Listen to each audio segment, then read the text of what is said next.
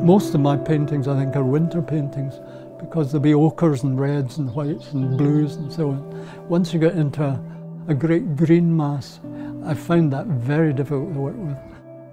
I suppose traditionally a landscape painter, they chose a scene and they used a language which they had learnt and perfected to create that scene, and they almost knew what the painting would be like at the end.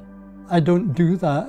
I prefer to leave things as open as possible so that when I'm going out there, the event sort of stimulate different ideas. Being in the landscape all the time, I'll look at it and thinking, that's fantastic. I come in here and look at the painting and saying, how boring's that? How can I make that fantastic?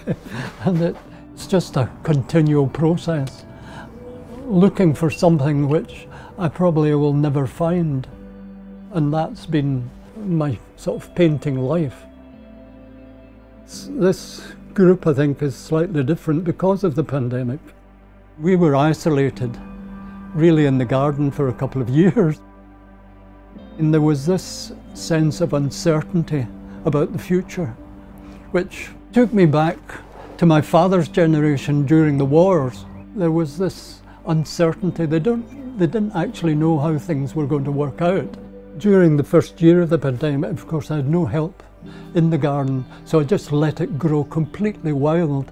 All the roses that climb through the climbing roses in the trees, they would hang down, and at times I would walk into them and scrape my face. Grass and so on just grew long with all sorts of what I called wildflowers, what my wife calls weeds.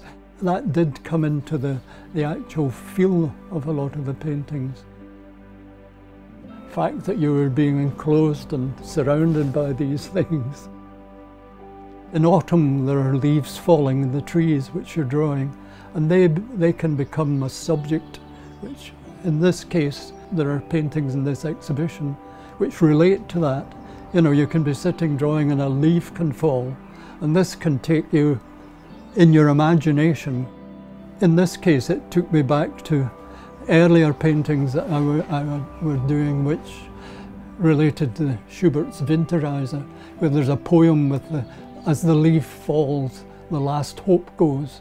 And this seemed relevant in the middle of the pandemic, and I took that, and there are paintings that are based around that. You know, in working outside, you're painting, it's not a scene, you're painting something that goes on. There's a whole series of paintings in this of a screen of plants hanging. Something like that would start in the garden in the winter, drawing the seed heads.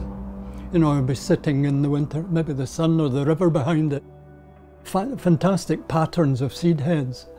And I would be drawing that, and then as the winter went on, I thought they're going to be destroyed by the wind and the rain. So I cut them all and I hung them along the beam as a whole screen of these. They were all hanging things. If you're drawing a tree or a plant or a person, that's the life force.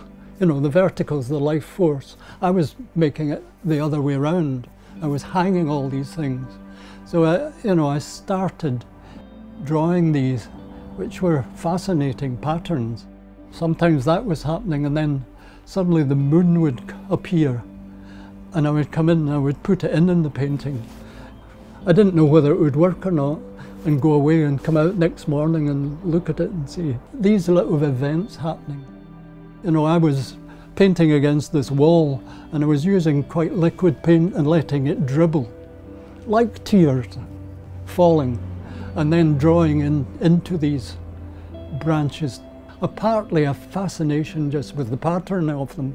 Usually when I'm working, I make drawings all the time from the paintings.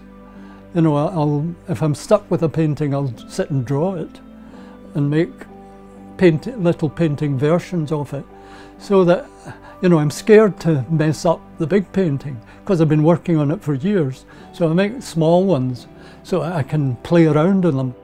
Sometimes I take pieces of paper, especially I think when I get a bit which I really like, and My experience is that these sort of bits can be holding the whole painting back.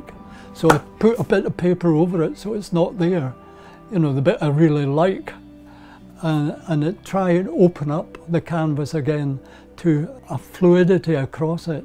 As I say, I want a skin of paint that's alive on the painting, and so if I alter one bit, I tend to alter the lot of it. At the end of it, I'll put it against the wall. If it interests me, excites me, I turn it to the wall and I leave it for 2 or 3 days. I turn it back and I look, still excites me, I turn it back again. If there are things that I don't think work, I start into it again.